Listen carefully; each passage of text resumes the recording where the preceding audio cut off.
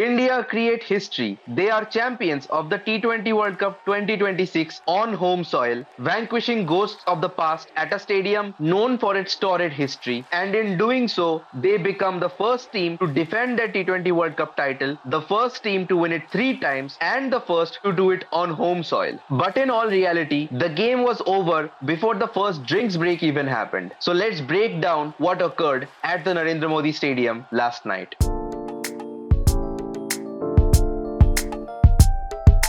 255 runs in a T20 World Cup final. It was pure madness and carnage from the Indian batters. Interestingly, more than what we managed in the 23 World Cup final.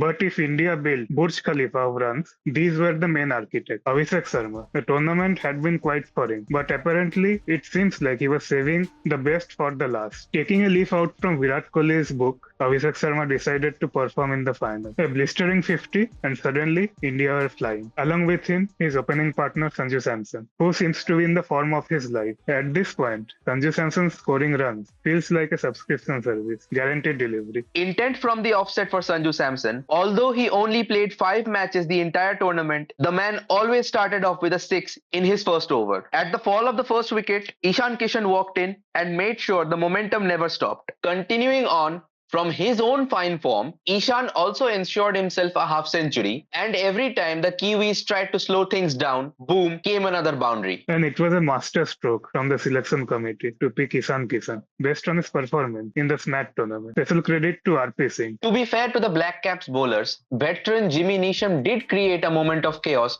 with 3 wickets in 1 over, dismissing said batsmen Sanju Samson and Kishan, as well as taking the wicket of captain Surya Kumar Yadav on a golden duck. And for a brief second, the New Zealanders had hope that they'd keep the score down. But in walked Shivam Dube. And for the final over, he turned that belief into pure trauma. 24 runs with 3 boundaries and 2 sixes to the very same bowler Jimmy Neesham who brought back New Zealand into the game. India finished on 255. At that point, the scoreboard basically said, good luck with the chase. Speaking of the chase, I don't understand why this is a thing where in a knockout match like this, you constantly pick batting second after winning the toss, instead of just going hell for leather from the first innings and putting a huge total on the board. We did mention about this in one of our India videos, and we will say it again this time for New Zealand. If you are winning toss, then in a knockout, the best would be to bat first. The scoreboard pressure is a real thing. But on the other hand, New Zealand have done well while chasing in this tournament, and this ground does favor the team while chasing. I think it is a bit too much data science that, okay, this has worked in the past, let's follow the same pattern. And New Zealand,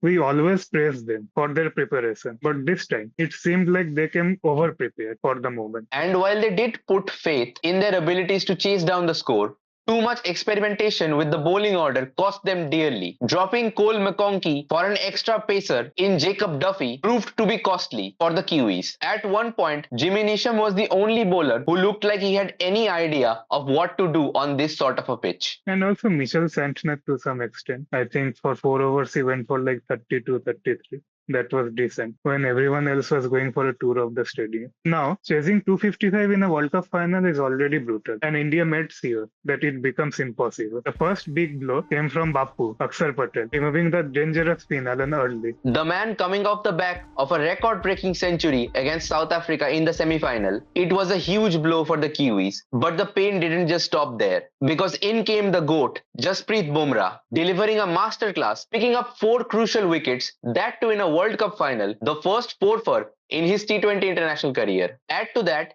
India's improved sharpness in the field, something that the men in blue have been criticized for this entire tournament. But suddenly, everything clicked on this big night. Kishan was almost everywhere, taking catches all around the park, alongside Rinku Singh, who came in as a substitute fielder and was lightning quick, stopping boundaries everywhere. On one end of the pitch, Tim Seifert kept fighting, smashing boundaries, and even some late resistance from Daryl Mitchell and Mitch Santner wasn't enough, as the mammoth 255 proved to be too much of a daunting task for the Kiwis. India coasted home at the end of the 19th over, and it was fitting that it was Abhishek Sharma, the man criticized the entire tournament for his poor form, who took the final wicket and ensured India lifted a second T20 World Cup back-to-back. Before we wrap up, let's talk about the standout performers of the tournament. Saifzada Farhan ended up as the leading run scorer with 383 runs, scoring 2 centuries in this tournament. And Jasprit Bumrah, who ended up as the highest wicket taker. It is worth mentioning about Sadly Van Salkwi, who stayed as the leading wicket taker till the final match when USA were knocked out